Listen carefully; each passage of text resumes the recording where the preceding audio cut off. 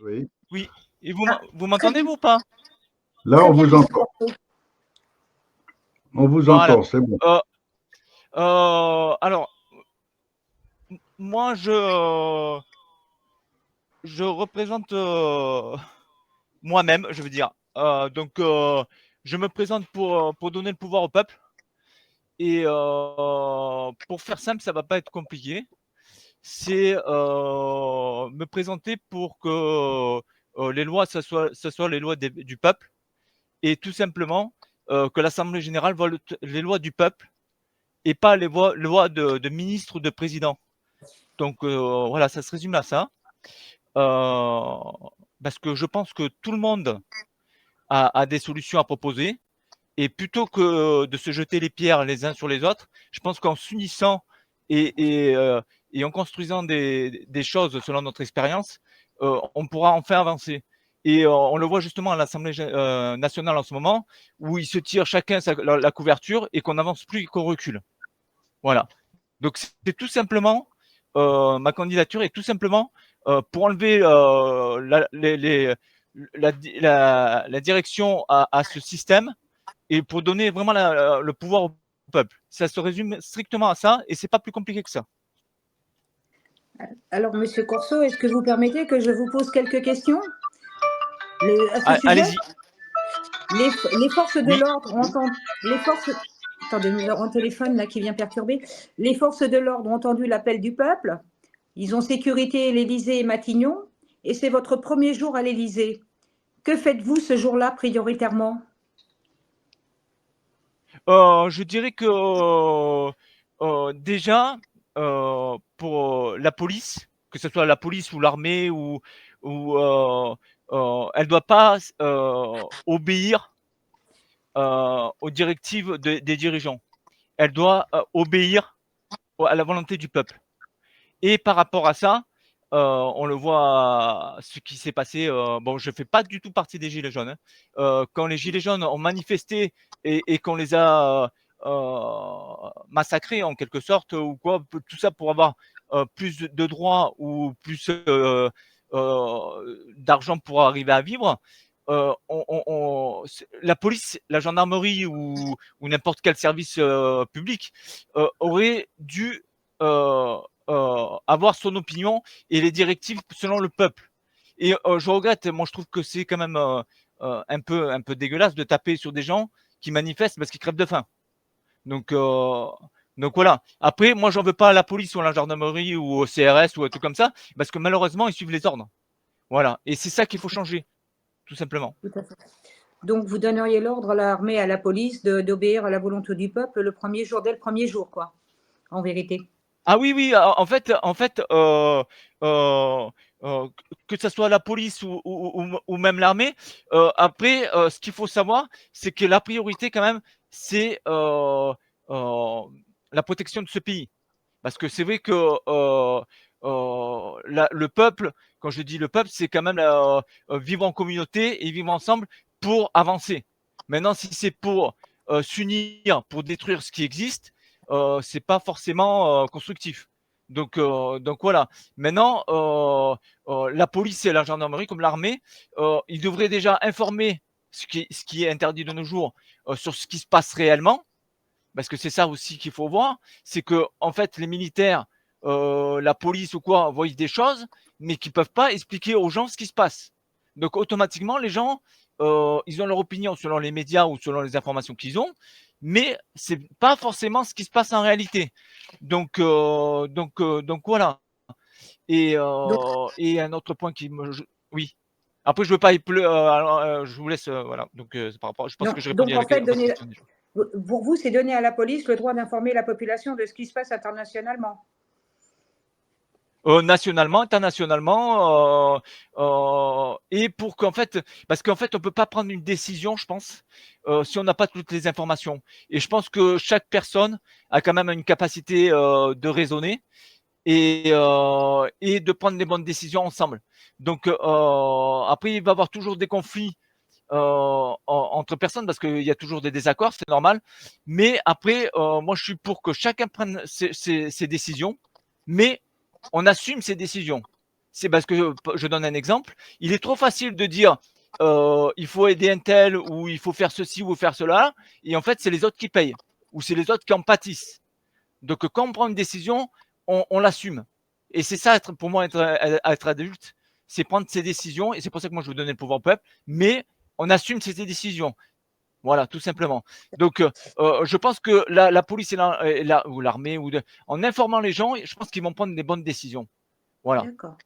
Et vous définissez comment la position de la France sur le plan international? Mauvaise. Déjà, mauvaise dans plusieurs points de vue. Déjà par rapport à l'image qu'il apporte, mais que ça soit aussi financier, tout ça. Je veux dire, la France a d'énormes capacités. Par son histoire, par son patrimoine, par ses techniques et tout. Et malheureusement, c'est exporté et on est en train de perdre même l'agriculture. Je veux dire, il y a tout le monde qui empathie parce qu'il y a des mauvaises directives et malheureusement, on donne des subventions ou des aides pour faire taire les gens.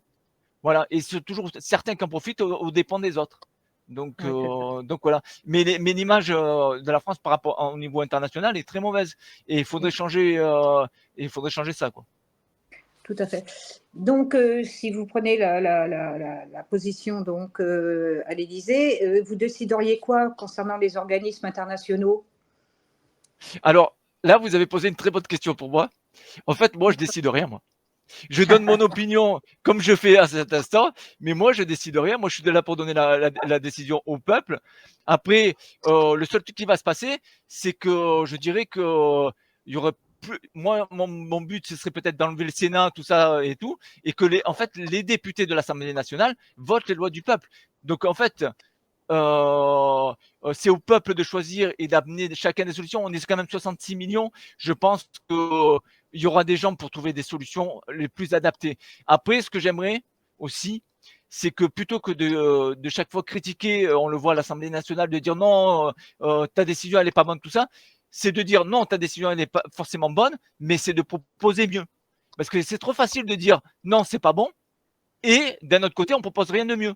Donc, à un moment donné, il faut proposer des solutions qui soient le plus adaptées pour tout le monde et viables.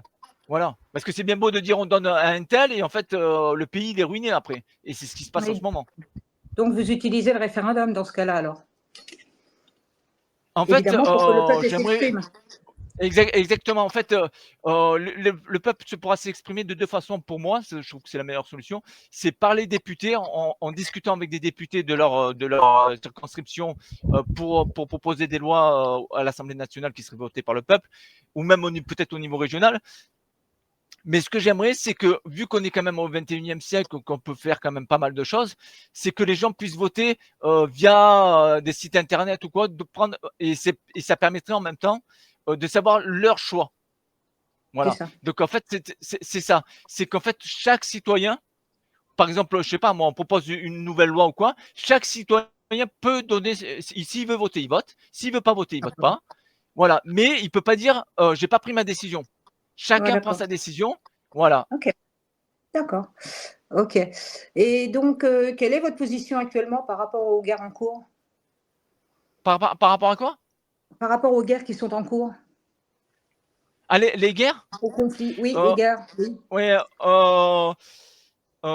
les guerres, c'est quand même assez malheureux et de ce qui se passe.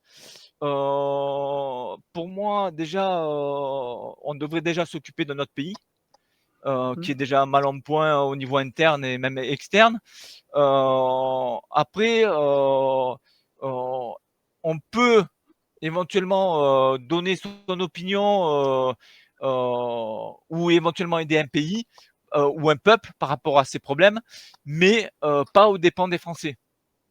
Là, je donne un exemple que j'ai vu aujourd'hui. Apparemment, ils parlent d'envoyer des militaires en Ukraine ou quoi. Mais même si c'est pas des Français, je trouve que ça, c'est pas normal. Je dis, chacun à défendre son territoire. Et après, par rapport à ça, il faut, pareil que tout ce que je disais tout à l'heure, il faut prendre les informations. Parce que c'est vrai que on entend Poutine ou Zelensky donner leur opinion. Mais moi, ce que j'aimerais savoir, c'est vraiment ce qui se passe, ce qui a provoqué cette guerre. Je donne ces deux pays en exemple, hein, mais après, c'est tout partout pareil. Ce qui a provoqué cette guerre et savoir vraiment ce que veulent les peuples qui vivent à cet endroit. Est-ce qu'ils veulent être russes? Est-ce qu'ils veulent être ukrainiens? Au Donbass, on ne sait pas ce que veulent du moins. Moi, je sais qu'apparemment le décret de Minsk n'a pas été respecté, qu'il y a eu des conflits et c'est monté en aggravation ce système-là. Mais peut-être entendre ce que dit Poutine et Zelensky, entendre surtout le peuple ce qu'il veut et peut-être agir pour obtenir ce que veut ce peuple-là. S'il veut être russe ou s'il veut être, chacun doit prendre ses décisions. Après, la position de la France par rapport à ça, on n'a pas à faire les choix pour les autres. C'est surtout ça qui me gêne. C'est comme, voilà, c'est ça qui me gêne. Moi, c'est qu'en fait, déjà s'occuper. En fait, moi, par rapport à ça, je dirais que avant de s'occuper des autres, il faut déjà s'occuper de soi-même, parce que la France a déjà un gros déficit et tout. Et quand je vois, par exemple, qu'on n'hésite pas à envoyer des armes, fabriquer des armes qui coûtent de l'argent à tout le monde pour tuer d'autres personnes. Parce que moi, je regrette. Peut-être que Poutine n'est pas quelqu'un de bien, mais je veux dire, là, on tue pas Poutine, on tue des Russes. Donc, c'est des êtres humains, quoi. Je veux dire. Alors peut-être que c'est pas forcément, il faut défendre un territoire, mais je veux dire que tuer des enfants, après une guerre c'est toujours horrible, on tue des enfants, on tue des femmes, on le voit même à Gaza ou des trucs comme ça, mais je veux dire les guerres, ce qu'il faut se mettre en tête, c'est que c'est toujours horrible. Après il faut trouver une solution la plus adaptée au peuple et pas aux dirigeants déjà, et qui permettent aux gens de vivre tranquilles. Voilà. C'est vrai, d'accord. Et en ce qui concerne ce grand sujet de l'éducation nationale, qui est à l'ordre du jour actuellement, la rentrée scolaire vient d'avoir lieu et tous les soucis avec. Alors, en fait, là, je dirais pour moi, et je dirais presque que c'est la seule solution, c'est l'instruction et l'éducation, c'est la clé de tout. Que ça soit au niveau, c'est pour ça que je parlais tout à l'heure de par rapport aux guerres, d'informer les gens, tout ça. Pour moi, c'est la solution de tout, c'est d'informer les gens et d'essayer de les raisonner. Bon, il y a des gens que malheureusement on ne peut pas raisonner parce que ils ont leurs idées, ils veulent jamais changer de leurs idées. Mais ce qui est grave pour moi pour l'éducation nationale, c'est que déjà on n'écoute pas les professeurs, déjà d'une, et en fait on leur apprend pas aux enfants à devenir des adultes et surtout on leur apprend pas ce qui va leur servir dans la vie. C'est-à-dire que on leur apprend des choses qu'on leur répète, et mais je sais pas moi, on leur apprend pas, je sais pas, à jardiner, à tenir une comptabilité, à se défendre ou à défendre les autres, au social, à s'entendre entre eux, au lieu d'être désagréables entre eux. Voilà, vivre, jouer ensemble. Voilà. Alors après, c'est vrai qu'il y a des activités sportives, mais souvent j'ai observé que il y avait des liens et les autres, certains étaient rejetés, alors que ça ne doit pas marcher comme ça. Après, même au niveau adulte, moi, ce qui me choque un peu, c'est que, par exemple, pour les femmes, je pense qu'à l'école, on devrait leur apprendre ce que c'est que d'être mère, plutôt que, en fait, quand on va être mère, se dire punaise, qu'est-ce qu'il faut que je fasse et voilà. Ou même par rapport aux différents problèmes féminins ou masculins, je veux dire. Mais savoir gérer tous ces problèmes-là, plutôt que de parler de sexualité ou des trucs comme ça, mais je veux dire, parler des problèmes qui touchent tout être humain ou maladies, en fait, c'est éduquer les enfants pour devenir de bons adultes, respectueux de les uns des autres, et savoir vivre avec les uns des autres et savoir affronter les problèmes. Or, maintenant, on s'apprend, du moins, d'après ce que je vois, dès que un enfant a un petit problème ou un truc comme ça, c'est quelqu'un qui est malade, ou alors que il n'est pas forcément malade, il a juste besoin de plus d'aide et puis voilà. Et je pense qu'il faudrait, au lieu de leur rabâcher des choses, leur permettre de s'épanouir spirituellement. et physiquement et faire ce qui leur plaît. C'est ça le truc, c'est que les enfants, faut qu'ils aillent à l'école par envie, pas parce que ils sont obligés, quoi. Oui, donc les travaux pratiques, comme, il pouvait y avoir il y a une cinquantaine d'années, des travaux Oui, pratiques, c'est ça, c'est c'est l'ouverture ça, de la vie, c'est quoi. Voilà, c'est et ça, pas forcément que leur c'est inculquer c'est des ça, lycées. des travaux pratiques. Oui, exactement, des travaux pratiques, mais je veux dire, bon, moi je donne quelques idées, mais je veux dire, même les enfants, la plupart du temps, on fait des métiers qu'on a entendu parler ou qui nous sont venus par nous-mêmes. Mais je veux dire, si par rapport aux enfants, on leur disait, ouais, il existe tout ça, ou différents planètes, ou des, peut-être que l'enfant il aurait plus envie parce qu'il trouverait un truc qui lui plaît plus. Donc, plutôt que d'imposer, parce que c'est ça en fait, on impose des directives à des enfants qui n'en veulent pas forcément. Voilà. Et d'ailleurs, l'effet, parce qu'on le voit sur l'effet sociétal, déjà on le voit au niveau comportement, mais on voit en fait que il y a plus de grandes personnes. Quand je parle de grandes personnes, c'est que par exemple, il y a un moment donné dans notre histoire, on a eu de grands écrivains, on a eu de grands peintres, on a eu de grands inventeurs ou des trucs comme ça. Et malheureusement, maintenant on se dirige vers un domaine, on dirige les jeunes vers un domaine, et s'ils réussissent, tant mieux. S'ils réussissent pas, et ben on les met en quelque sorte à l'écart. Alors qu'il faudrait peut-être savoir ce qu'ils veulent et les diriger par rapport à ce qu'ils veulent. Et pour vous, alors le rôle de la famille, il se situe comment et quel est le rôle de la famille dans ce nouveau système, qui serait, beaucoup plus Ouais, ouvert pour une gouvernance du peuple? bah là c'est toujours pareil, c'est au peuple de décider. Mais je pense que ça se passerait aussi à l'école. Parce que malheureusement, je me rends compte que les histoires de couple et tout, on le voit par rapport au nombre de divorces et au niveau aussi des enfants, au niveau éducatif et tout. Je pense que à l'école, dès l'école, il faudrait apprendre comment dire, aux filles à vivre avec les garçons, mais de façon respectueuse. Et les garçons, quand je dis les filles, les garçons avec les filles aussi. Et je pense que ça, le respect pour moi dans la vie familiale est très important. Et, parce que malheureusement, souvent les enfants en pâtissent. Et, et c'est savoir aussi, comment dire, s'occuper de ses enfants. Parce que faire un enfant, c'est facile. Du moins, c'est assez facile. Après, s'en occuper, c'est une autre affaire. Et je pense que en éduquant les jeunes, bon, je dis pas dans les primaires ou les collèges, je veux dire, mais dans les lycées, déjà leur apporter des directives, savoir apprendre à vivre ensemble, quoi. Parce que malheureusement, c'est pas forcément le cas. Et savoir vivre en couple ou quoi. Et même au niveau adulte, je pense que avoir des gens pour aider ces gens-là quand ils ont des difficultés, ce serait quand même un peu plus viable. Plutôt que de Vous laisser pensez des familles qui se séparent, euh, plutôt que de laisser des familles qui forcément se séparent ou quoi. Je pense que les liens familiaux, ça doit être important, et il faut réapprendre, parce qu'il y a beaucoup de gens qui l'ont perdu. Moi, je le vois quand je fais des formations ou des trucs comme ça. Moi, je suis marié depuis longtemps. Des gens qui sont encore mariés pendant très longtemps et toute leur vie, quoi, en quelque sorte.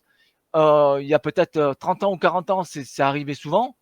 Dans les jeunes qui ont même 30 ou 40 ans, la plupart du temps, ils sont divorcés ou ils ont refait leur vie plusieurs fois. Et chacun, ça regarde, chacun ça. Mais je veux dire, les enfants, je pense qu'ils en pâtissent un petit peu de cette histoire-là. Oui, vous pensez donc que Donc la voilà. famille doit être éduquée, quoi, en fait, en quelque sorte, et ça doit passer par l'école? Oui, en Dans un fait, c'est réapprentissage de la ben, famille, en quelque sorte, d'après ce que je comprends. ouais, enfin, oui, oui, c'est ça, apprentissage de la famille, mais apprendre à vivre les uns des autres. Après, je pense qu'il y a une histoire aussi, malheureusement, on a dirigé l'éducation nationale vers la sexualité, au lieu peut-être de la diriger vers l'amour et le respect d'autrui. Et je pense qu'on changerait les choses. Voilà, donc je pense que d'éduquer peut-être les gens plus vers l'amour et l'amitié, tout ça dans un couple, euh, serait quand même beaucoup plus utile que de mettre en avant la sexualité ou différents problèmes que chacun rencontre.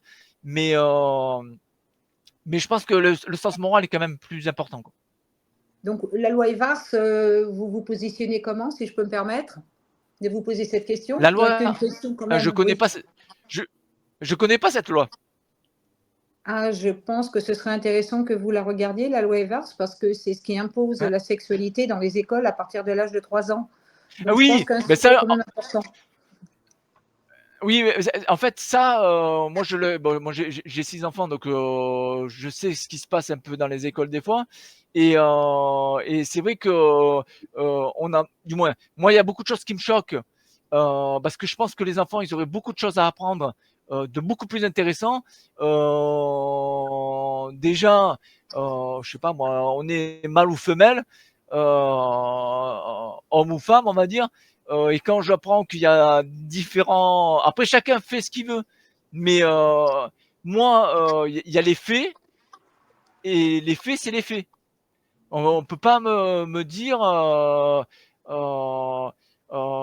voilà, qu'il existe autre chose qu'un mâle et une femelle. Après, dans l'esprit, on peut être autre chose, mais chacun fait ses choix. Et c'est pour ça que j'aime bien la liberté. Chacun fait ses choix, mais on ne doit pas embêter non plus ses choix pour les autres, Ben, la envers les question qui autres. se pose, Voilà. est-ce que le rôle de l'école d'apprendre la sexualité à nos enfants? Voilà, la question majeure, c'est celle-là quand même. Ouais.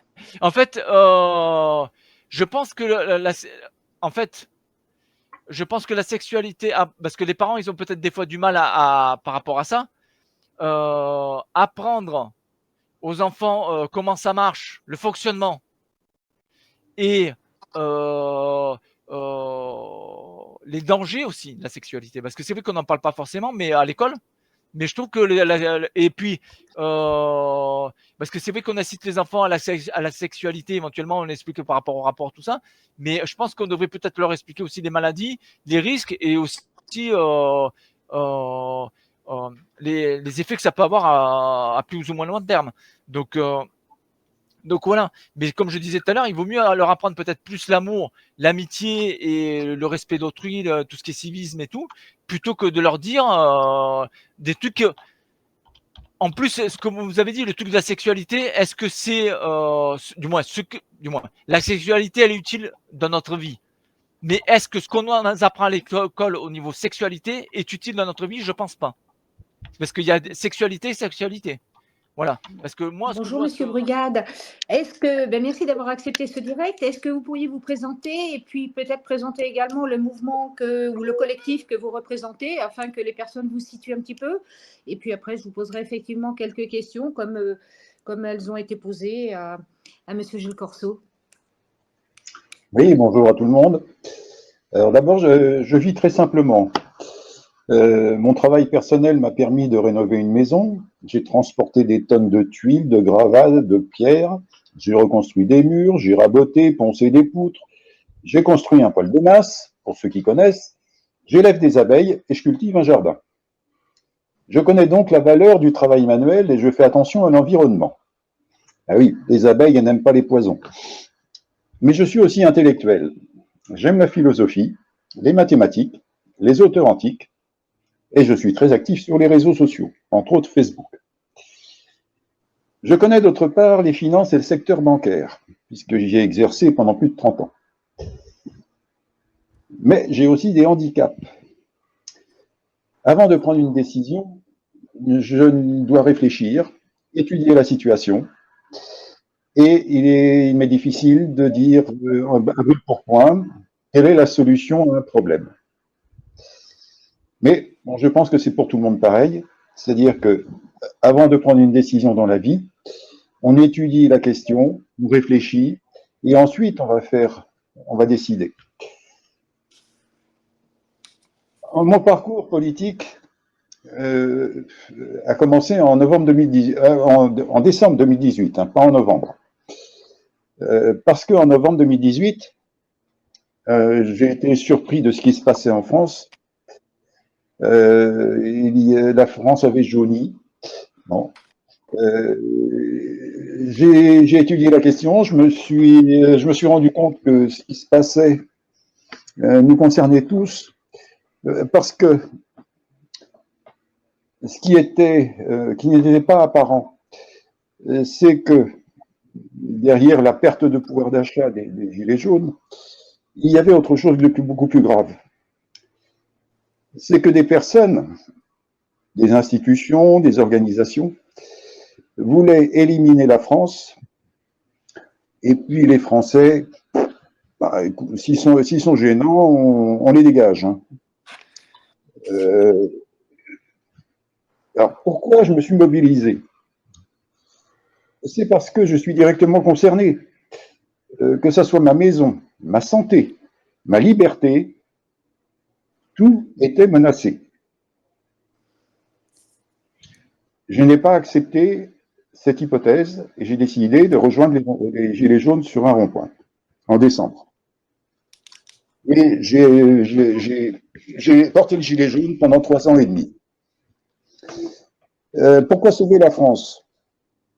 Bah, simplement, c'est que si on veut se sauver soi-même, on n'a pas le choix, il faut sauver la France. Le problème, c'est que la France, elle est composée de Français. Et que les Français, ce n'est pas un peuple, mais ce sont des peuples. On a des peuples politiquement divergents, on a des peuples géographiquement très différents, on a la Bretagne, on a la Corse, on a la Nouvelle-Calédonie. Chaque peuple est différent. Le but d'un État, c'est d'assurer le lien entre ces différents peuples, et non pas de les opposer. Si on veut détruire une nation, oui, effectivement, il faut souscrire, c'est ce qui se passe, hein, c'est-à-dire qu'on va souscrire à la demande d'indépendance de la Martinique, à la demande d'indépendance de la Nouvelle-Calédonie, et puis comme ça, vous éliminez la nation France. La France n'existera plus. Alors, c'est un choix. Pour certains, bon, c'est normal. Moi, je ne pense pas que ça soit normal. La France est ce qu'elle est. Elle n'est pas parfaite, c'est sûr. Personne n'est parfait. Tout le monde est d'accord là-dessus. Mais on ne peut pas disparaître comme ça. C'est pas possible. Voilà. Donc ça, c'est ma présentation. Donc, merci, Monsieur Brugade. Donc, les forces de l'ordre ont entendu votre appel et sécurisé l'Élysée et Matignon. C'est votre premier jour à l'Élysée. Quelles sont les premières mesures que vous prendriez prioritairement?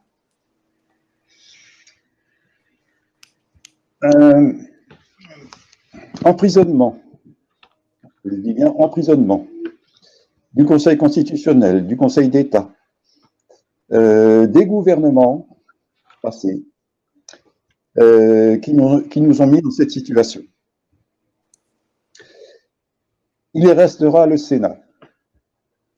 Et il n'y aura donc que le Sénat qui sera représentatif provisoirement de la volonté populaire. Alors le Sénat, beaucoup le critiquent. Oui, c'est vrai. Mais il représente aussi la ruralité, c'est-à-dire ce qui fait l'âme de la France. Il a des défauts, je suis d'accord. Mais il assure quand même une permanence de la France.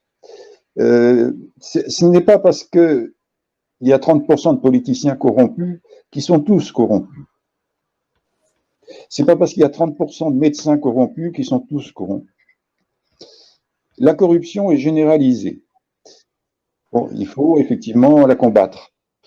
Mais ce n'est pas en éliminant le Sénat qu'on résoudra ce problème. Il y a une institution qui s'appelle le Sénat.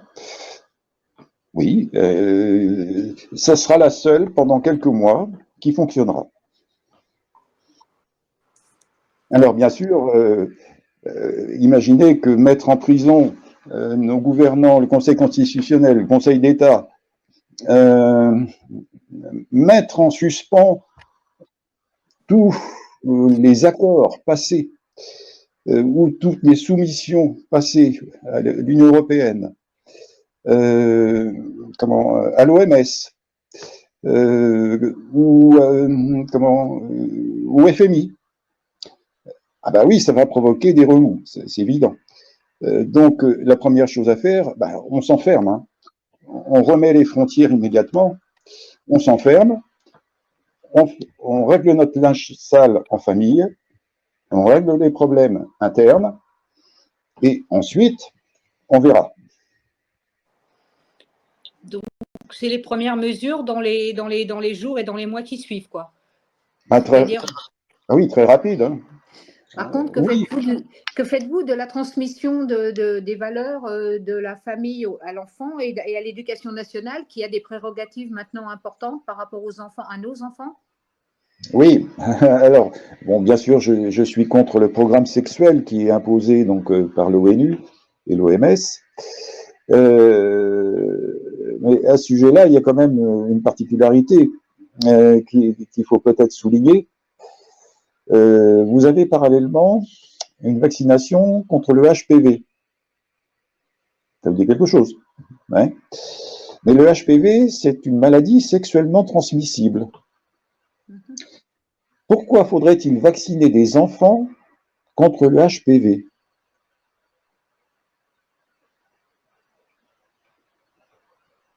Oui, ça c'est le problème, voilà, de la vaccination obligatoire imposée en France. Oui, mais pas seulement. Comment pouvez-vous justifier de vacciner des enfants de 3 ans, 4 ans, 5 ans contre une maladie sexuellement transmissible? Bien d'accord. Donc, c'est ce qui veut dire que bon, vous remettez éventuellement en cause l'obligation vaccinale qui est imposée en France, mais j'ai bien compris ce que vous voulez dire concernant les enfants. J'ai bien compris. Mais ça reporte le problème de la vaccination. C'est pour ça que je vous pose la question. Sur le programme vaccinal français, des 12 vaccins pour les petits. Oui. Si la propriété est sacrée, votre corps est sacré. Vous en faites ce que vous voulez. Oui, absolument. Hein? Alors, après, le problème, c'est à niveau national, c'est-à-dire que, soi-disant, il y a la santé publique, hein, c'est-à-dire que si, effectivement, il se passe quelque chose, et qui décide de quoi? On le voit, par exemple, avec des épidémies dans les élevages de vaches, ou de moutons, ou de canards. Allez, il faut injecter, ou il faut éliminer. Tout à fait. Justement, ça revient. Donc, l'agriculture, je voulais que vous en parliez un petit peu. L'agriculture et l'élevage, quelle est votre position et quelles seraient les mesures que vous prendriez? Et quelles seraient les mesures que vous, effectivement, vous aimeriez que le peuple prenne, que le peuple décide pour libérer un petit peu cette partie fondamentale de la nourriture française? Parce que je pense qu'on était en autosuffisance ailleurs, auparavant en France en ce qui concerne l'alimentation, la mer, etc. Et qu'on est en train de perdre toute notre autonomie avec voilà, ce qui se passe à l'heure actuelle. Donc, voilà. Quelle est votre position concernant l'agriculture et l'élevage? Eh bien, tout à l'heure, j'ai dit qu'il y avait une mise en place de frontières et taxation des importations à 20%. À partir de ce moment-là, les agriculteurs français pourront produire et vendre en France. Ça ne veut pas dire qu'il faut sauver tous les agriculteurs non plus, ou peut-être toutes les entreprises. S'il y a une libre concurrence entre agriculteurs, je dis bien entre agriculteurs, c'est sain pour les consommateurs. C'est-à-dire que les consommateurs vont pouvoir décider j'achète à tel agriculteur ou à tel autre en fonction du prix ou de la qualité. Alors, il y a des mauvais agriculteurs, il y en a des bons, hein, il y a de tout, mais c'est à la population, c'est aux citoyens d'acheter. Et c'est en achetant qu'il va décider qui est bon, qui est mauvais. Et d'autre part, les réseaux sociaux, mais c'est valable aussi pour tous les commerçants et les entreprises. Les réseaux sociaux, vous pouvez laisser un avis sur les réseaux sociaux, sur les commerçants, sur les entreprises. Ah ben c'est drôlement utile pour savoir qui est bon, qui n'est pas bon.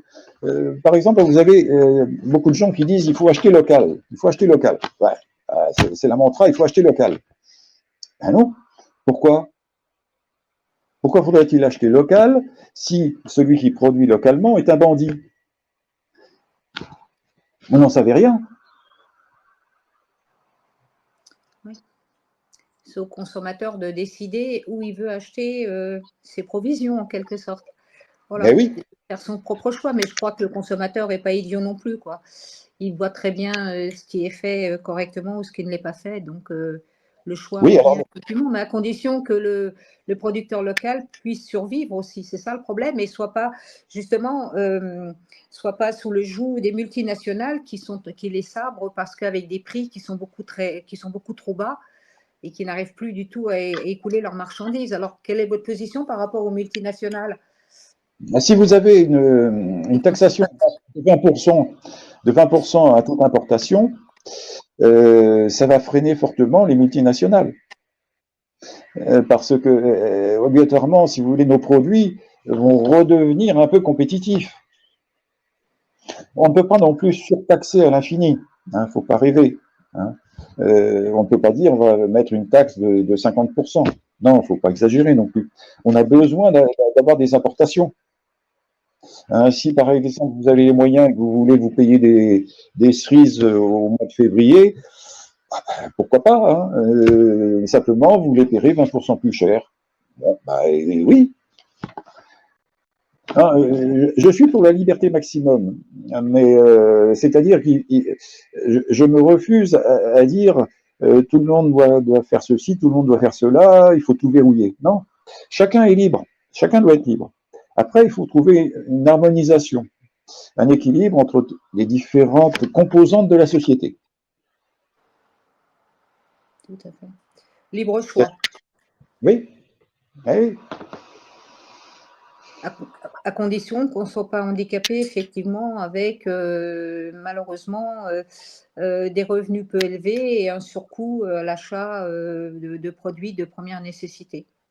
Alors, je ne parlerai pas des produits de première nécessité.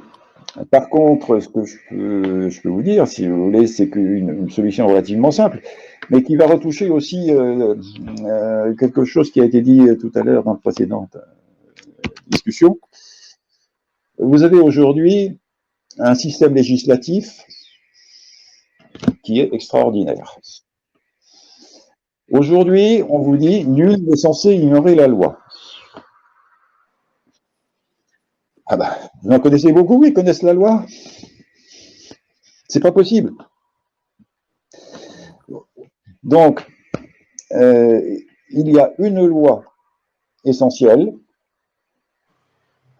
c'est celle qui figure toujours dans la Déclaration des droits de l'homme et du citoyen. Ne fais pas aux autres ce que tu ne voudrais pas qu'ils te fassent. C'est tout bête, hein? Oui, oui. Hein? Mais à partir de là, ben, tout est relativement simple. On ne viole pas, on ne tue pas, on n'agresse pas, etc., etc. C'est vrai. Hein? Alors, je suis parti là-dessus, si vous voulez, par ce phénomène de prolifération de lois, que ça soit dans l'agriculture, que ça soit dans les normes des produits,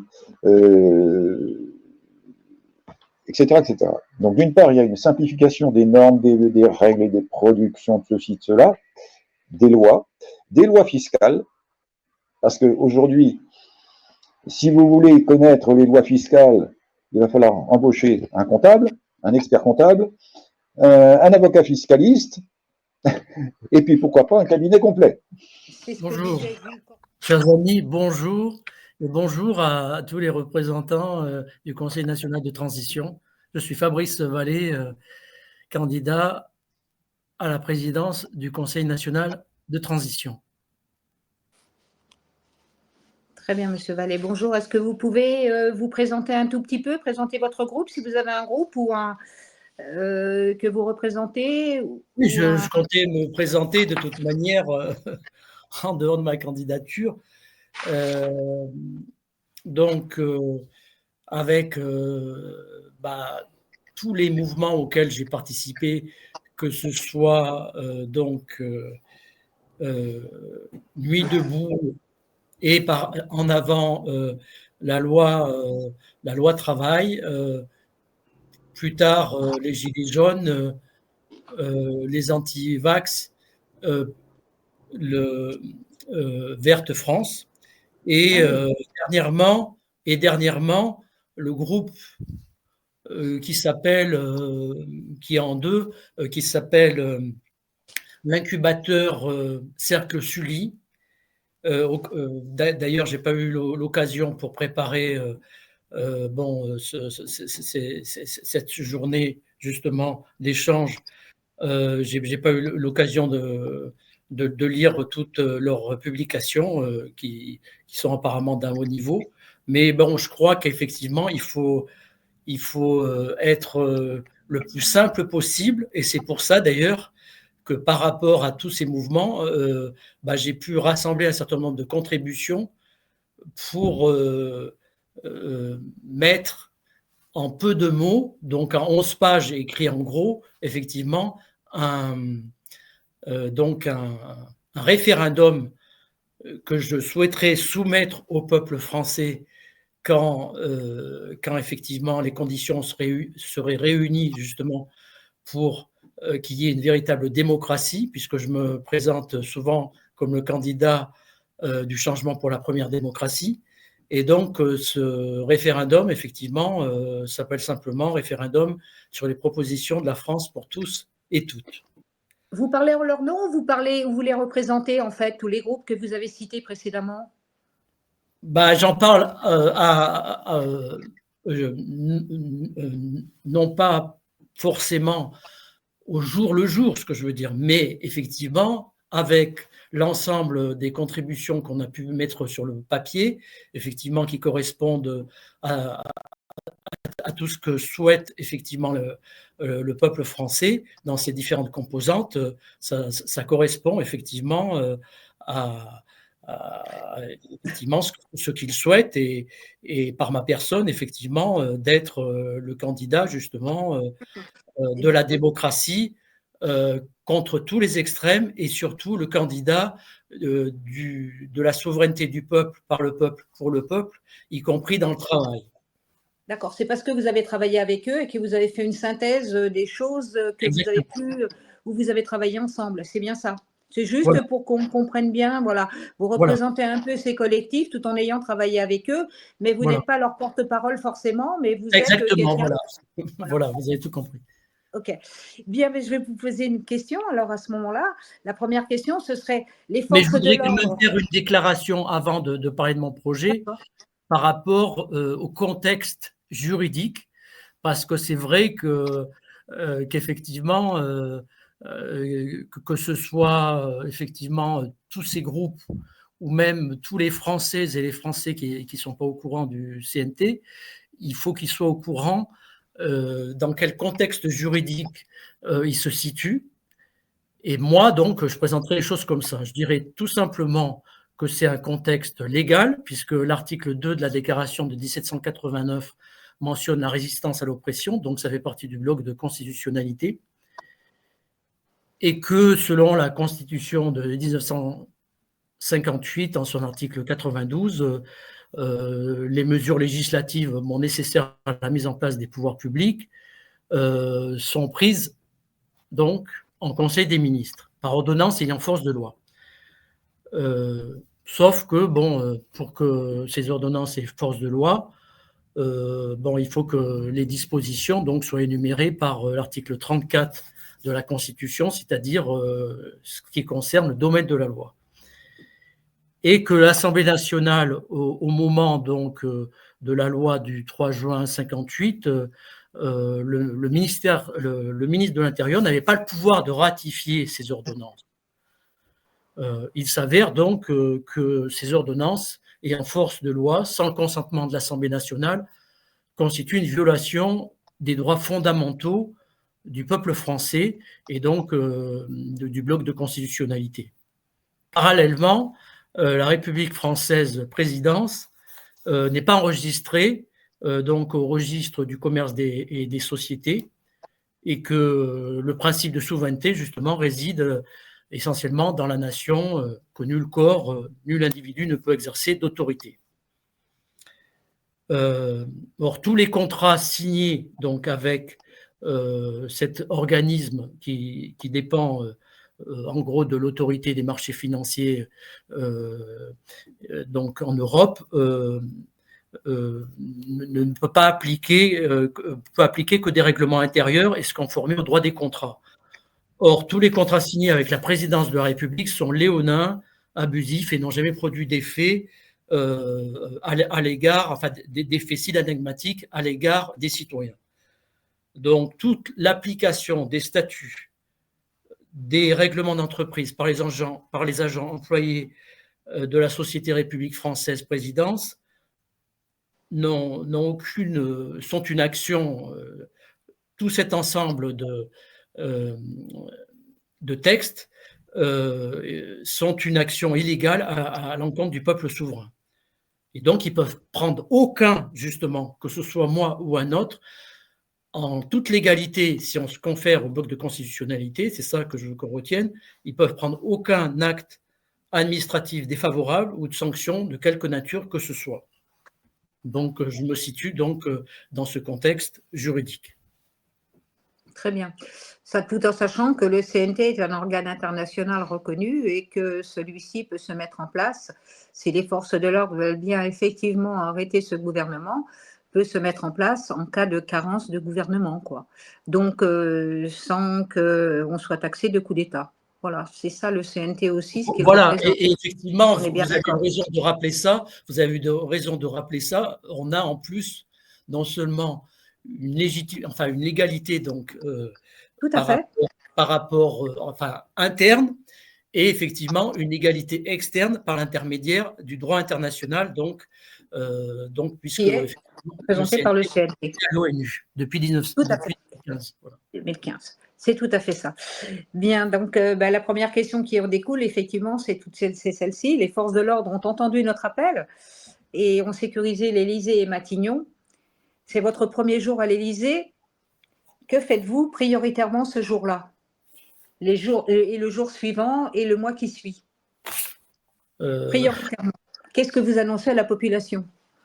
J'annonce premièrement que les fonctionnaires ou tout agent public qui travaille pour un service public seront payés effectivement par rapport à la dette qui est abyssale depuis un certain temps. Et d'ailleurs, justement, je ne rentre pas dans les détails, mais dans les premières mesures, effectivement, je mettrai en place, parce que vous avez posé la question, je mettrai en place la création monétaire par la Banque de France, contrairement à ce qui s'est passé depuis 1973, où effectivement, on emprunte sur les marchés financiers à 3%, et c'est pour ça qu'avec toutes les dépenses inconsidérées qu'il y a eu depuis 45 ans, nous nous trouvons dans cette situation-là vis-à-vis des services publics et qu'effectivement, on a des difficultés à payer nos échéances. Tout à fait. Donc, vous annoncez au peuple que la première mesure, ce sera la création financière et qu'on reprendra, on reprendra notre liberté au niveau économiquement avec une monnaie qui sera une monnaie française.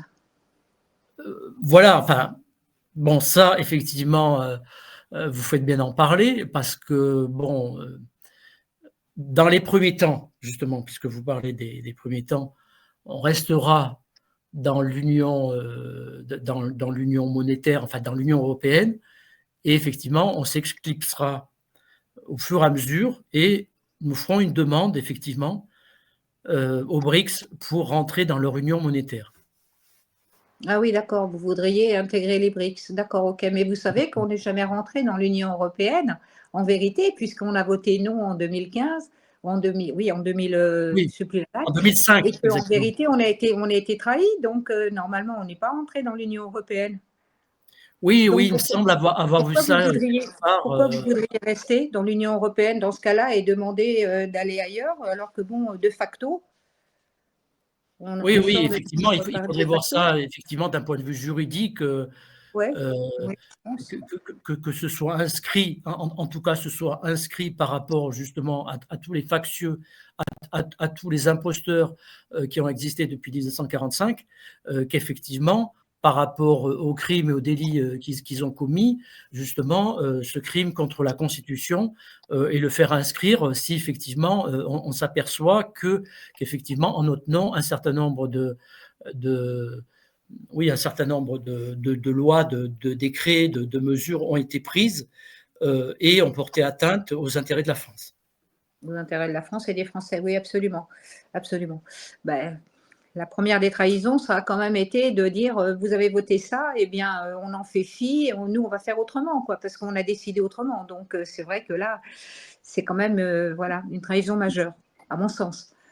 Voilà. Donc, oui, c'est une trahison, d'autant plus que justement, là, on a commencé à parler de référendum, d'autant plus que justement, à mon avis, la seule façon justement d'ancrer, comment dirais-je, la véritable démocratie, effectivement, comme je l'ai dit, du peuple, par le peuple, pour le peuple, qui est inscrit dans la Constitution oui, absolument. depuis 1958, cette démocratie ne pourrait se faire qu'effectivement par approbation du peuple par référendum, sachant que justement, et ça, je n'ai pas fait référence tout à l'heure, si les forces de l'ordre, donc police, gendarmerie, les pompiers et donc les forces armées, effectivement, nous soutiennent, effectivement, parce qu'ils ne peuvent pas travailler dans leurs différents corps depuis des années, effectivement, par rapport aux problèmes auxquels ils sont confrontés,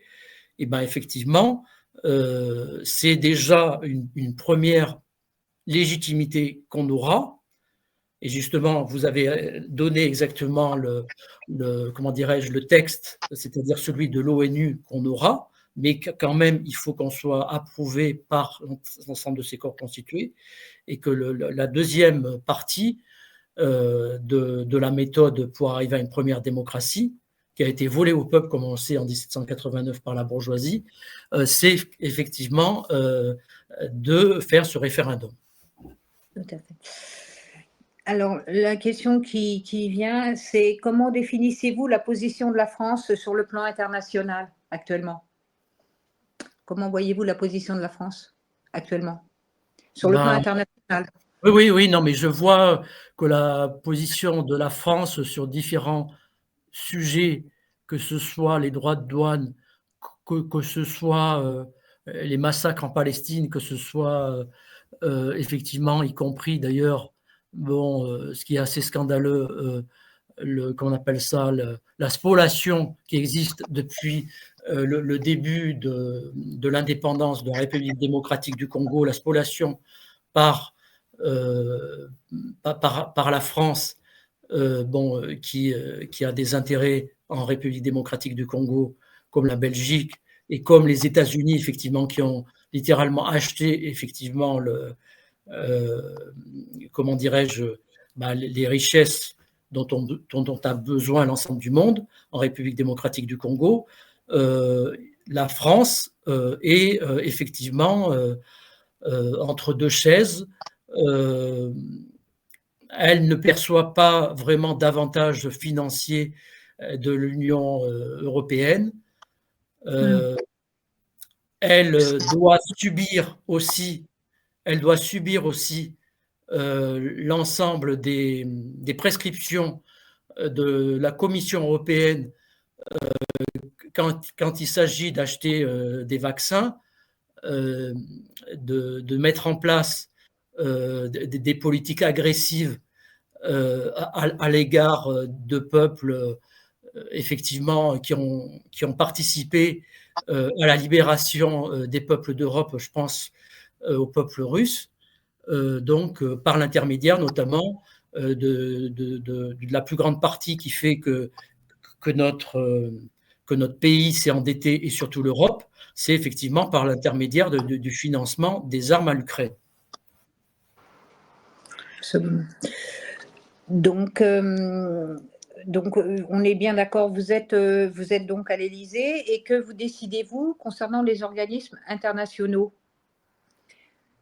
Justement, je vous ai dit donc qu'on sortirait de l'Union européenne, qu'on ferait une demande, enfin qu'on sortirait, ou bon, comme vous l'avez dit, enfin en tout cas, apparemment, Oui. pas vraiment rentré, mais enfin, on a quand même, ce que je veux dire, c'est quand même que des gens en notre nom, plusieurs présidents de la République, plusieurs gouvernements, ont quand même dépensé, bon, reçu aussi, notamment par l'intermédiaire de la PAC, mais ont quand même justement parlé en notre nom et effectivement joué un rôle à l'intérieur de cette Union européenne.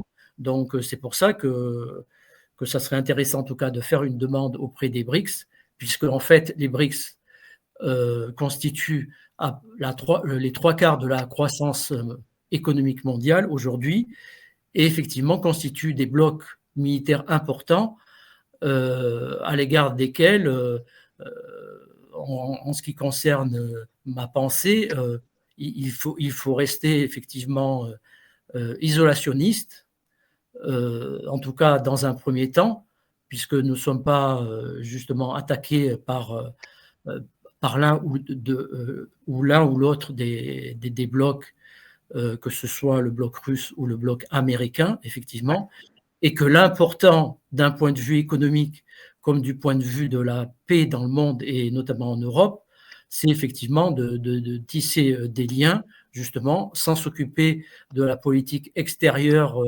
de personnes, enfin d'États, effectivement, qui ont leurs propres intérêts stratégiques, du moment qu'effectivement, nous puissions justement participer nous aussi dans le monde, comme j'ai fait dans la proposition de mesures donc dans mon projet, c'est-à-dire participer par exemple à la paix. Bon, j'ai parlé de la République démocratique du Congo, pourquoi pas aussi avec véritablement les BRICS, pourquoi pas, et aussi bien entendu en Palestine, effectivement, par l'intermédiaire d'un État binational pour que la Palestine vive avec une représentation symétrique et aussi une force de maintien de la paix venant des BRICS pour que justement le peuple palestinien recouvre la totalité de son territoire avec justement une protection des Israéliens. Justement, votre proposition par rapport aux guerres en cours, vous vous appuyez sur les BRICS ou vous demandez l'avis aux BRICS ou vous prenez une décision qui vaut pour la France? Comme on vous a dit, par rapport aux BRICS, est-ce que vous voyez avec des partenaires des BRICS ou est-ce que vous prenez une décision qui est une décision faite pour la France concernant les guerres en cours?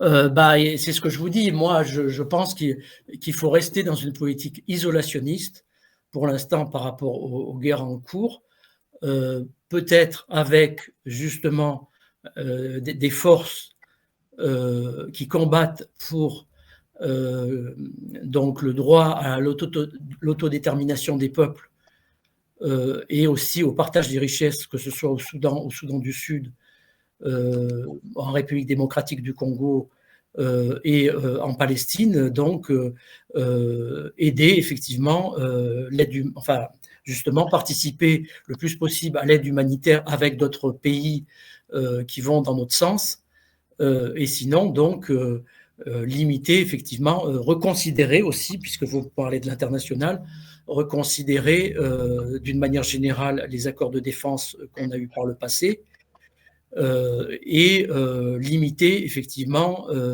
les bases militaires dans le monde. Mais d'ailleurs, ce n'est pas de ma faute si effectivement nous conservons par exemple en Afrique qu'une seule base militaire. Donc c'est parce que justement les politiques, y compris depuis le général de Gaulle, ont donné une mauvaise image de la France par la France-Afrique. Tout à fait. Alors, quelles seraient vos priorités concernant les problèmes intérieurs? Les problèmes intérieurs en France et des problèmes, et il y en a pléthore en France? Là, ma priorité, justement, vous faites bien d'en parler, ça serait effectivement plutôt que de traiter les problèmes sociaux, effectivement, avec des pansements, effectivement, des systèmes qui ont jamais marché, effectivement, ce que je propose, moi, c'est effectivement ce que je propose, donc, c'est de mettre en place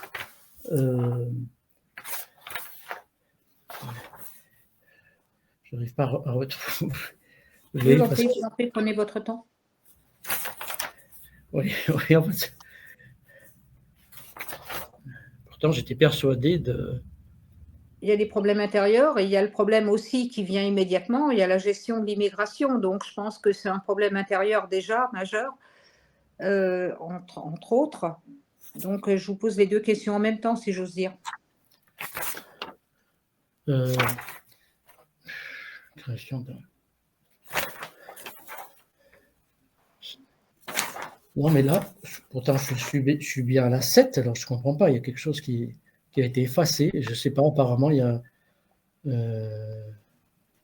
Ah oui, c'est ça. Oui, c'était en bas de page. Effectivement, avant, c'était en haut de page. Et justement, ce que je propose, justement, c'est un changement de paradigme qui va avoir des conséquences sur le système économique et social. Et donc sur la vie d'une manière générale par l'intermédiaire de la consommation et de la vie quotidienne. Puisque je souhaite proposer à chaque individu, à partir de 21 ans, qui aura droit à un salaire à vie. Donc, qui sera lié à une qualification professionnelle reconnue par un jury, salaire qui pourra évoluer au cours de sa vie professionnelle en fonction de son niveau de qualification. Et cela dans la limite d'un écart hiérarchique de 1 à 40. Mais un salaire à vie, ça veut dire que l'entreprise, elle va durer autant que la vie de cet individu, c'est-à-dire 60 ans. Donc, comment c'est possible? Juste une question qui m'interpelle. Comment vous pouvez donner un salaire à vie? Qui va le donner alors si la société, elle ferme? Qui va donner le salaire à vie?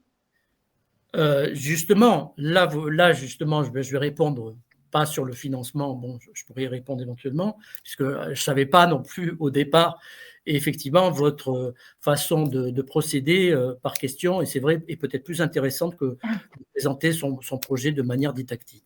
Et là, je vous c'est-à-dire que ça donne des indices pour les personnes et ça permet de comprendre tout ce qui concerne la population. Nous, peuple, on a besoin d'avoir des réponses à tous les sujets auxquels on est confronté. Voilà. Mais je trouve le travail, l'immigration. Voilà. Et donc là, je vous réponds par rapport à ça, justement, l'activité économique sera mise en œuvre par les salariés des entreprises et des caisses d'investissement qui sont autogérées en coordination avec les propriétaires initiaux des entreprises. Ah oui.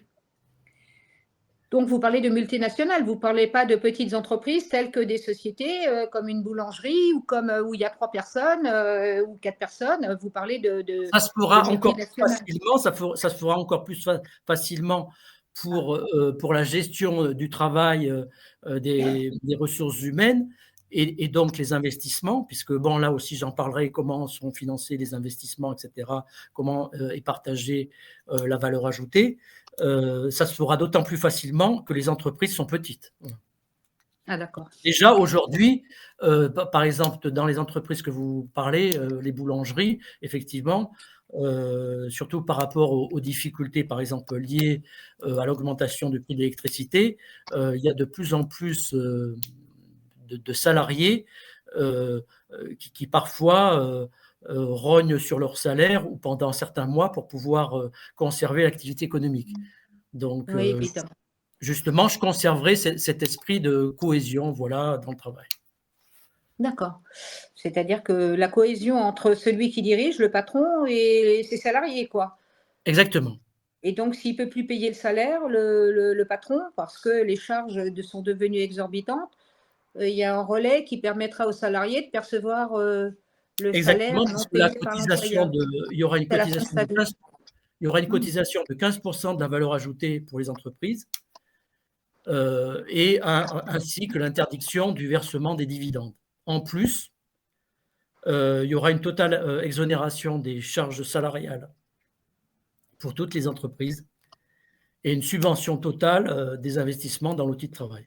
Alors, plus de charges salariales, si j'ai bien compris, pour une entreprise. Exactement. C'est ce que vous venez de dire. Vous savez que c'est très important ce que vous venez de dire parce que plus de charges Vous salariales savez, et j'espère que ça ne se reportera pas sur les charges patronales par contre. non, non, Ah non, non. pas du tout, puisque Alors vous c'est supprimez quand les même charges un salariales. avantage aussi, c'est quand même un avantage, tout à l'heure on parlera peut-être des agriculteurs, notamment ceux qui veulent s'investir justement dans l'agriculture durable et biologique, justement pour, et ça je l'expliquerai aussi, pour permettre une sécurité sociale alimentaire. Mais en tout cas, justement, c'est ça qui est intéressant, c'est qu'il y aura une subvention totale des investissements dans l'outil de travail. Et donc une souveraineté, c'est ce que je l'ai dit en introduction, une souveraineté également dans le travail et pas uniquement, on va dire, dans le fonctionnement démocratique. Vous m'avez parlé des charges salariales. Est-ce que je peux vous demander pour les charges patronales également? Qu'est-ce que vous comptez faire? Bah, c'est ce que j'ai dit, cotisation de 15% de la valeur ajoutée pour les entreprises. C'est-à-dire que vous avez 15% sur la TVA que vous prélevez, c'est ça? Voilà. Et la TVA est à 5,5 hein, sur l'alimentaire. Donc, je ne sais pas, ça sera très peu, mais tant mieux pour les entreprises. Ça donne envie d'ouvrir une boîte, quoi. Oui, Très oui, bien. c'est vrai. Et surtout, et ça aussi j'ai oublié de le dire, Très bien.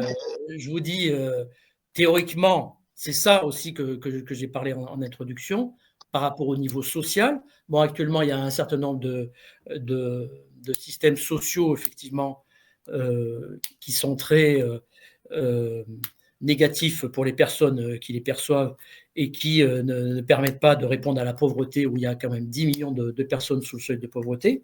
Donc là, en gros, il y aura peut-être 1%, allez, disons 2% de la population, puisque l'autre population aura soit fait une formation professionnelle avant les 21 ans, soit rajoutera justement et sera quand même payé justement par rapport à son niveau de diplôme et aura, mettons, un diplôme à 25 ans, et qu'en plus, donc jusqu'à 63 ans,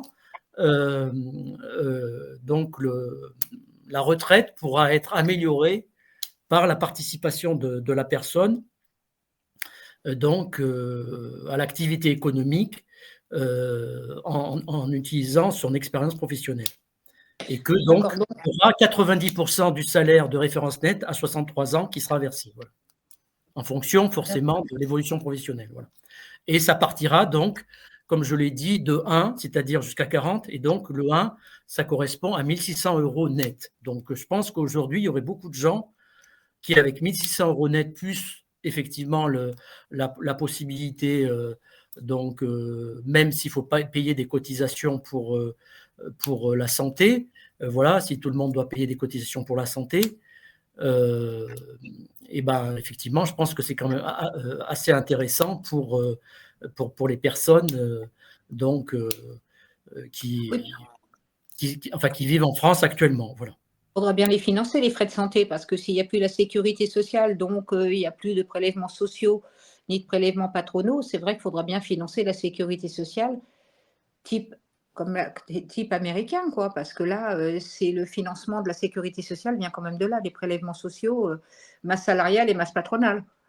Oui, mais bon, justement, par rapport au salaire à vie, il y a quand même là aussi un partage de la valeur ajoutée à hauteur de 25% du salaire brut pour financer la retraite aussi. D'accord. Donc, au niveau de l'éducation nationale, justement, vous en avez un petit peu parlé là, l'éducation nationale, vous voyez quand même des changements alors?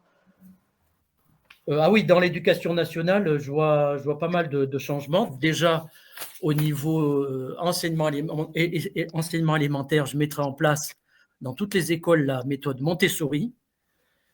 Deuxièmement, dans chaque collège et lycée, je veux mettre en place un référent harcèlement scolaire avec l'équipe éducative, un administratif de l'établissement et un policier pour prévenir les violences scolaires.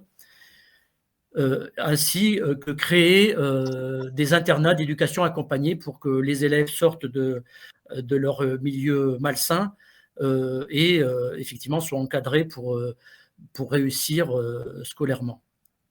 D'accord. Et quelle est votre position par rapport au programme EVARS?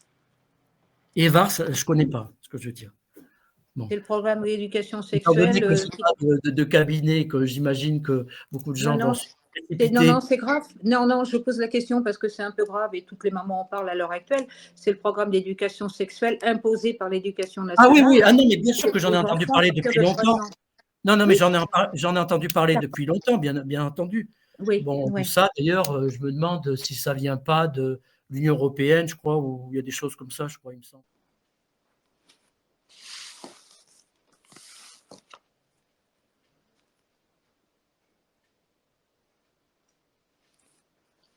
Nous attendons maintenant l'intervention de Christophe Degang par la voix de Nicolas Neff.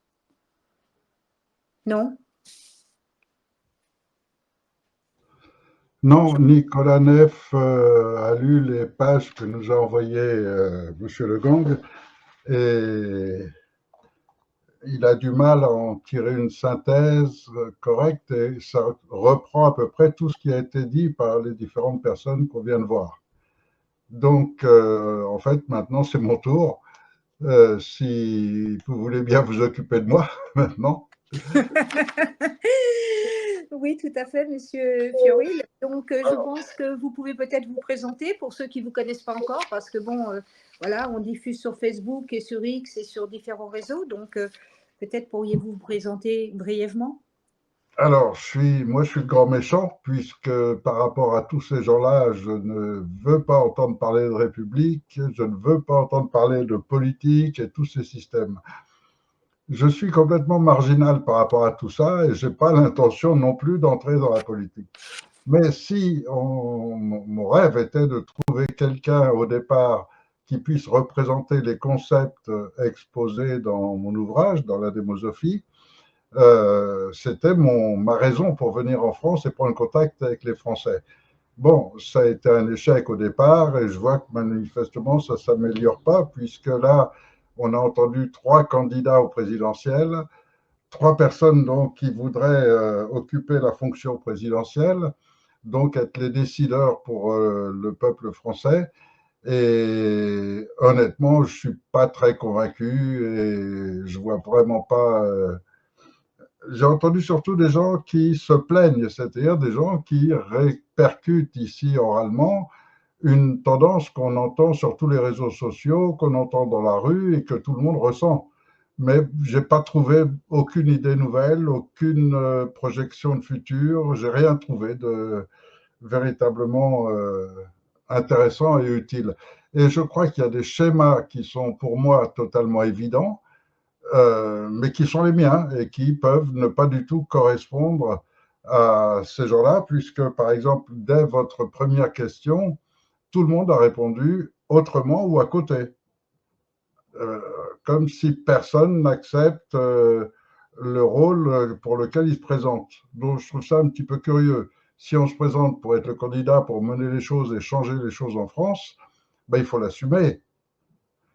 Donc la première question, si ma mémoire est bonne, c'était premier jour, imaginons que l'armée intervienne, libère les lieux, sécurise les zones de commandement de la France, donc l'Élysée, Matignon essentiellement. Vous rentrez à l'Élysée, que faites-vous? Eh bien, dans mon concept, le fait d'arriver à l'Élysée, mon premier réflexe, c'est de demander un guide qui me fasse connaître totalement le palais, qui me fasse connaître tous les services qui y sont physiquement, tous les dirigeants de ces services à qui je veux. Parce qu'en fait, pour moi, l'Élysée, ça doit être l'outil dont je peux me servir. Donc, si j'ai besoin d'un cadre informatique, je dois pouvoir le trouver. Si j'ai besoin d'un cadre médiatique, il faut que je puisse le trouver. Il faut que je sache à qui m'adresser, etc. Donc, voilà, je crois que la première des choses, je demanderais ça. La deuxième chose, je choisirais parmi ces gens de l'Élysée la personne qui est capable de me sortir un organigramme de la France, pour qu'on ait tout de suite la situation de l'État, qu'on pourra ensuite, et là je rappelle les propos de M. Corso au départ, qui, dans toute son explication, disait que tout commence par un diagnostic. Et là, il a raison, mais un diagnostic, c'est quoi? C'est un audit, c'est-à-dire qu'il faut voir clair dans ce qu'est l'État actuellement. Qu'est-ce que ces gens connaissent à tous ces corps, ce qu'on appelle les corps des hauts fonctionnaires? Qu'est-ce qu'ils connaissent à tous ces fonctionnements? J'ai l'impression qu'ils n'y connaissent rien, qu'ils n'ont aucune idée de qui est à l'Élysée, qui remplit quelle fonction, etc. Ils ne savent pas. Et donc, si on ne sait pas du tout, on ne sait même pas quoi chercher. Chercher une aiguille dans une botte de foin, c'est déjà pas facile, mais si en plus, on ne sait même pas que c'est une aiguille qu'on cherche, il n'y aura pas beaucoup de choses à trouver.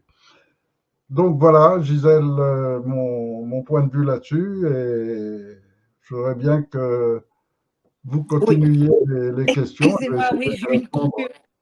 J'ai eu une coupure. Oui, j'ai vu que vous aviez exposé ce que vous feriez dès que voilà, vous seriez entré dans l'Élysée. La première chose, c'est prendre possession de l'outil. L'outil. La deuxième chose, c'est d'avoir un organigramme pour y comprendre quelque chose et savoir où se trouvent les services, où se trouve tout ce qu'il y a à savoir. Et le concept général, c'est de se dire qu'on est en train d'affronter une situation particulièrement complexe et qu'il va falloir un peu de temps pour y voir clair. Et ça ne va pas être quelque chose qui se fait en 10 minutes. Ensuite, la troisième chose que je ferais le même jour, ça aurait été immédiatement de convoquer une séance de télévision de façon à pouvoir avertir toute la population française des événements militaires qui viennent de se dérouler et de la situation de la France et d'annoncer que pour le lendemain, je ferai un discours complet en expliquant la situation, le futur, ce qui va se passer et comment ça va fonctionner. Parce que je n'ai aucune des règles de la République. Tout à fait.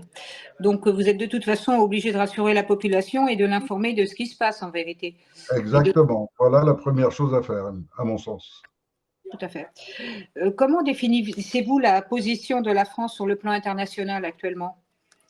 Alors, je crois qu'il faut être raisonnable, il faut voir le monde tel qu'il est actuellement. Actuellement, vous avez vraiment trois grandes puissances dans le monde, ce sont les États-Unis, la Russie, la Chine et peu après l'Inde, qui s'en approche également.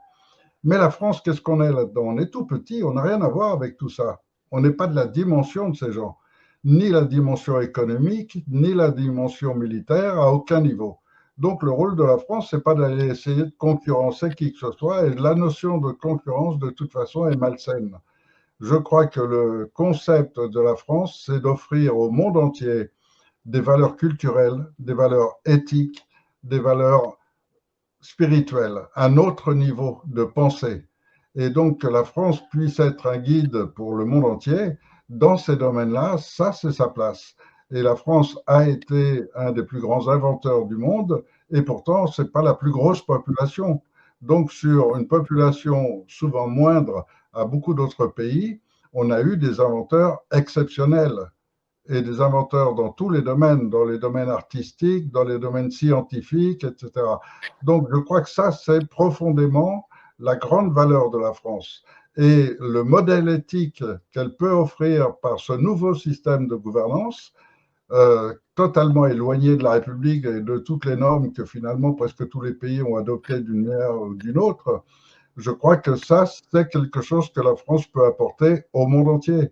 Et donc, voilà, mon sujet, c'est mettre en place cette structure. Et que la France reprenne un petit peu sa position de phare. Je vous laisse répondre. Non, c'est bon. Bon, c'est bon. Oui, vous voulez que la France reprenne sa position telle qu'elle l'avait. Phare éthique pour le monde. Et qu'elle reprenne un petit peu aussi qu'elle soit de nouveau une terre d'accueil peut-être et une terre sur laquelle on se sente bien vivre et sur laquelle voilà, on n'est pas des insécurités et choses comme ça et que bon voilà sa culture soit encore le fleuron de du monde entier quoi.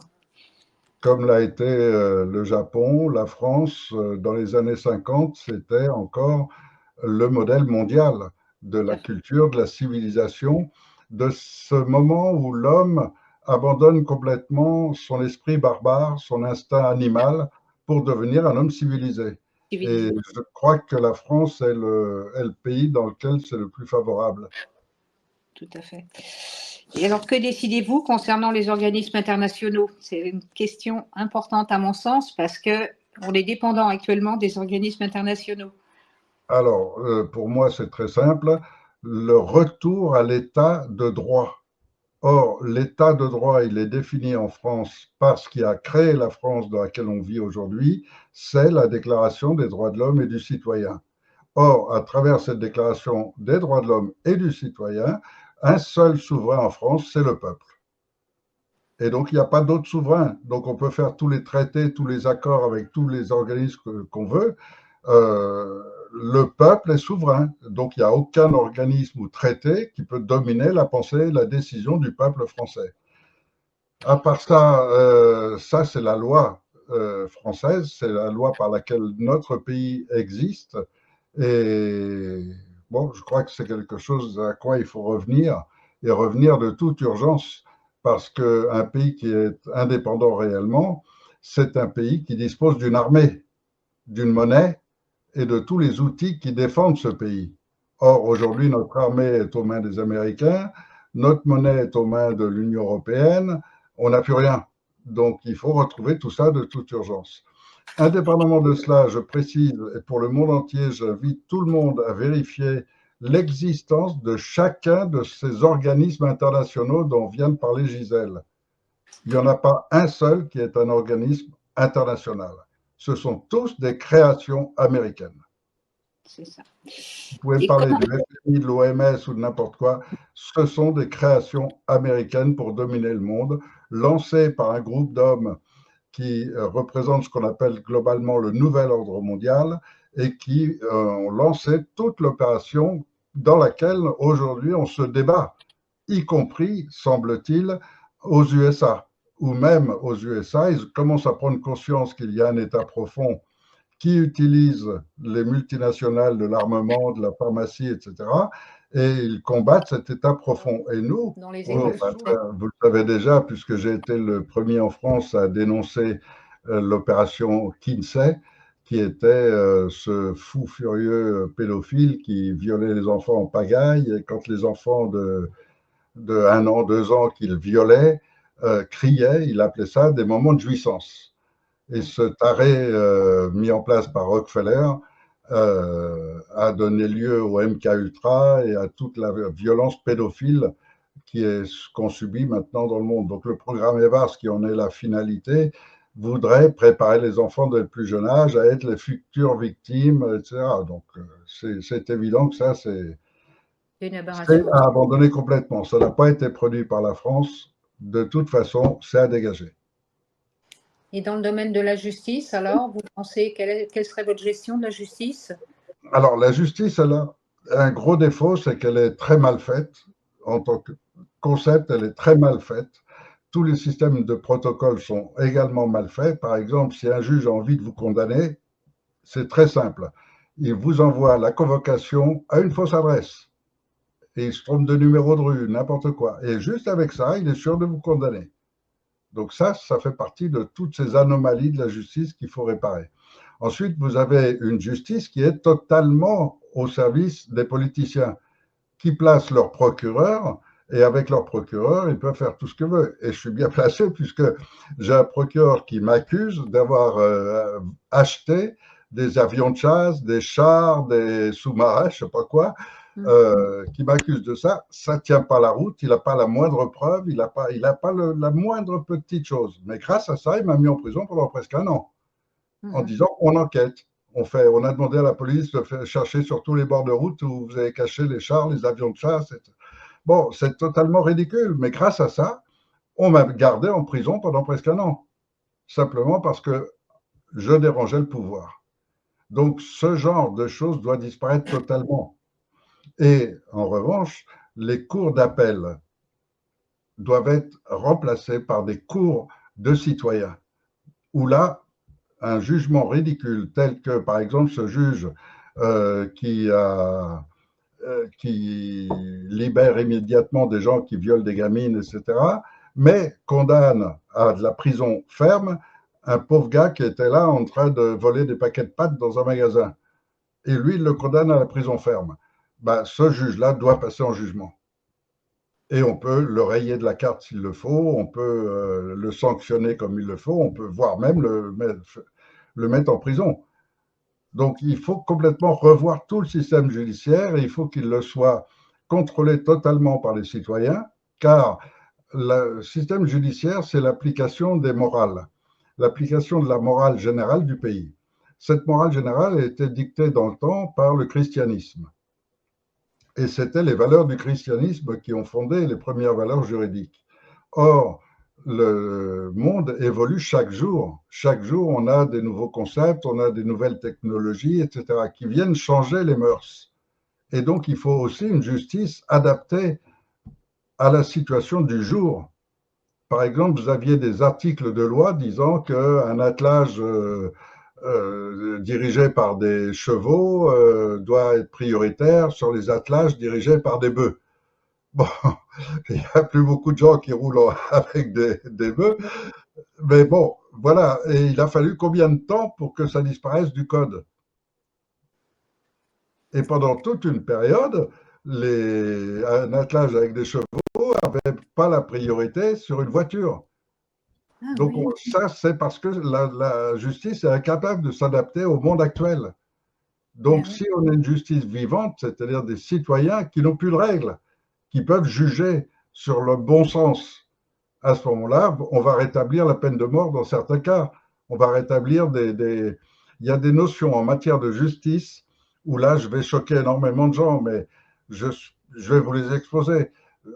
Quand j'entends que la justice systématiquement cherche à prouver, en cas de meurtre, s'il y a préméditation ou pas. Et s'il y a préméditation, c'est beaucoup plus grave.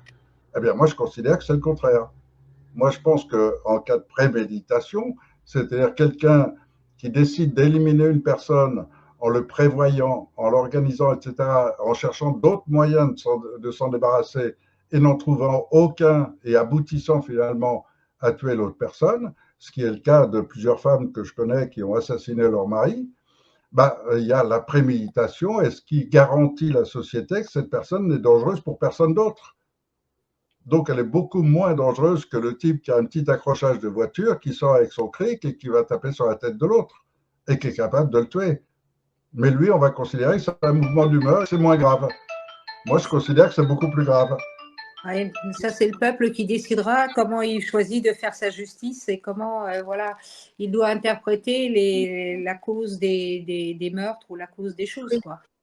Et quand on a toutes les informations, moi je dis que la victime est la première en droit de réclamer la réparation. On doit choisir son ami. Le père ou la mère à qui on annonce que son enfant a été violé et tué, c'est lui premier qui est en droit de réclamer une sentence. Justice, bien sûr. De réclamer justice. Alors, vous allez me dire, c'est parce que j'ai des origines siciliennes ou autre, j'en sais rien, mais voilà, je trouve que c'est naturel. De même que le type qui arrête un voleur qui est rentré chez lui à 4 heures du matin, c'est pas lui qui a arrêté le voleur et qui l'a ensuite menotté pour appeler les flics, c'est pas lui qui doit passer en justice. Or, c'est quelque chose qui est arrivé il n'y a pas longtemps. Oui, je sais.